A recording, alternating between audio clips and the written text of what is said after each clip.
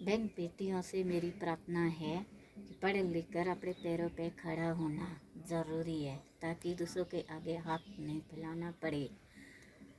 शादी करेंगे, ससुराल जाएंगे, ससुराल में कितनी गालियाँ कितनी ठोकरें खानी पड़ती है।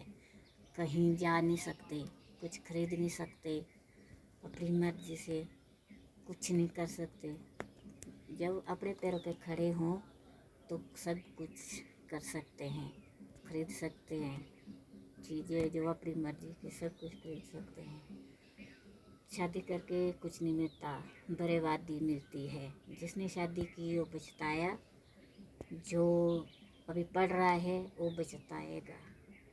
इसीलिए मैं हाथ जोड़कर आपसे प्रार्थना करती हूँ कि शादी बर्बादी है, पहले पढ़ लिख कर अपने पैरों पे खड़े होना।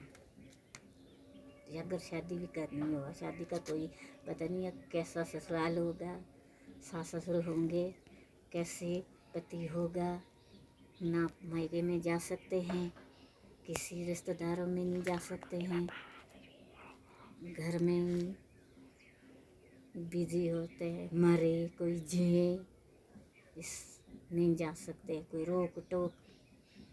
अपने मायके में रहना अच्छा है, जहाँ हम सास ससुर पति की सेवा करते हैं, उसके बदले में फिर भी हमें ठोकरें मिलती है।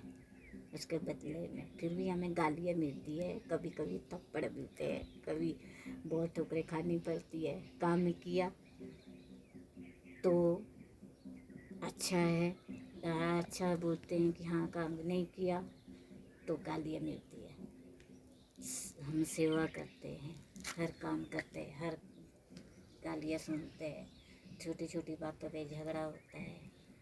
अगर ये बात अपने मायके में बैठ के सब सहन किया तो क्या होता। माँ बाप ने हमें जन्म दिया होता है, पढ़ाया होता है, लिखाया होता है, पढ़ लिख कर बड़े हो जाते हैं, परवरिश करते हैं हमारे माँ बाप,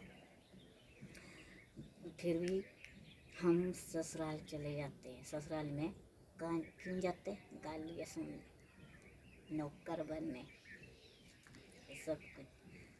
गाली भी हम सुनते हैं, नौकर भी हम बनते हैं, काम करते हैं, सब कुछ करते हैं, सेवा करते हैं उनके।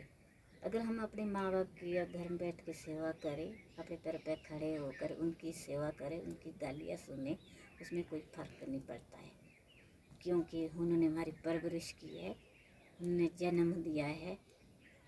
मेरे जहाँ तक मैं जानती हूँ, मेरी समझ में ये है कि शादी बर्बादी है, शादी बर्बादी है। इसलिए हमने तो शादी कर ली, हम तो पछता गए। पर आपसे, बहनों बेटी से ये प्रार्थना करती हूँ कि आप शादी मत करो। अपने पैरों पे, अगर शादी करनी तो अपने पैरों पे ज़रूर खड़ी हो जाना, ताकि इस दूसरों के आगे हाथ न फैलाना। धन्यवाद।